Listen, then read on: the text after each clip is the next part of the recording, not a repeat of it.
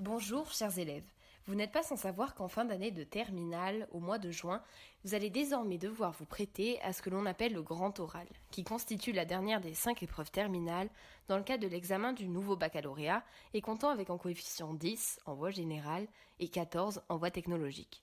Lors de cette épreuve, notée sur 20 points, vous devrez présenter une question en lien avec vos disciplines de spécialité, mais aussi passion ou encore centre d'intérêt. Il est en effet primordial que le thème que vous aurez choisi de traiter réponde à vos goûts et motivations personnelles. C'est donc un moment important qui va vous permettre de démontrer vos aptitudes, la façon dont vous parvenez à mobiliser vos connaissances et enfin de prouver votre capacité à développer une parole libre, responsable et autonome. Aussi, pour mieux comprendre et appréhender ce grand oral, je vous propose un bref retour sur les éléments essentiels qui caractérisent cette épreuve. Tout d'abord, présentons ses objectifs. Avant tout, le grand oral vous forme à prendre la parole en public de façon claire et convaincante. Cette épreuve permet aussi d'utiliser vos connaissances, celles qui sont liées à vos spécialités, pour créer une argumentation et montrer en quoi elles sont essentielles pour votre projet de poursuite d'études et même votre projet professionnel. C'est donc la solidité de vos connaissances, votre capacité à argumenter, ainsi votre engagement et votre force de conviction qui y seront évalués. Il est évident que la réussite de votre prestation sera certes liée à vos capacités d'expression, mais aussi au travail préparatoire que vous aurez conduit en amont. En effet, pour démontrer que vous êtes un véritable expert dans votre domaine et donner de la profondeur et du corps à votre sujet, il sera indispensable de vous appuyer sur des éléments de documentation que vous vous serez préalablement appropriés.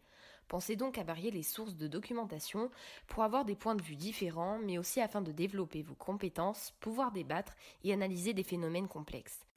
Ce travail est donc un exercice d'appropriation et d'articulation.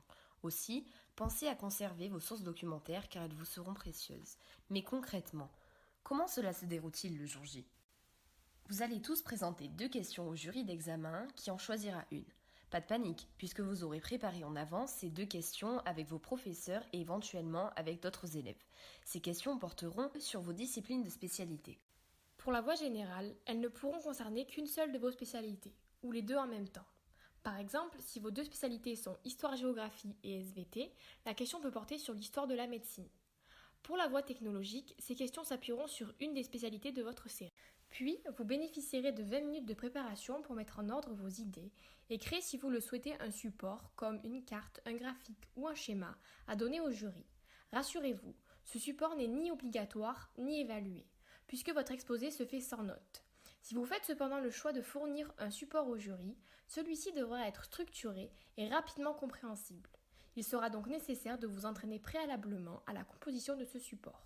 Une fois que l'épreuve orale débutera, vous devrez expliquer en 5 minutes, debout et sans notes, pourquoi vous avez choisi de préparer cette question. Puis, vous la développerez et y répondrez. Autrement dit, indiquez qui vous êtes, quelles sont vos disciplines de spécialité, quelle est votre question et pourquoi vous avez choisi cette question. Après cette présentation générale et introductive, vous allez échanger durant 10 minutes avec le jury autour de votre question. Cet échange va porter essentiellement autour de votre exposé initial et sera pour vous l'occasion de l'approfondir, de témoigner de votre maîtrise des savoirs et connaissances en lien avec votre ou vos disciplines de spécialité. Durant cet échange, le jury pourra notamment vous demander de clarifier vos propos, c'est-à-dire de préciser votre pensée. Il pourra aussi vous questionner plus finement, en vue d'apprécier la profondeur de votre travail et de vos savoirs. Autant dire qu'il sera nécessaire de bien maîtriser votre sujet afin de montrer que vous détenez des connaissances solides sur toute partie du programme du cycle de terminale en lien avec vos disciplines de spécialité. Pour finir, une dernière partie de 5 minutes vous permettra d'échanger avec le jury sur votre parcours personnel.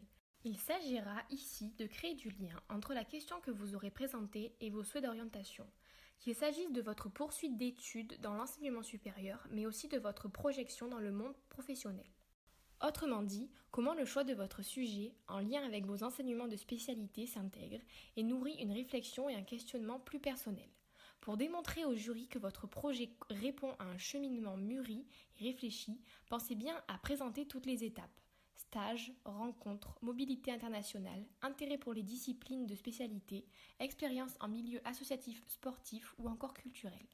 Je crois vous avoir tout dit. Reste à mettre tout cela en pratique et à vous entraîner. Allez, à vous de jouer.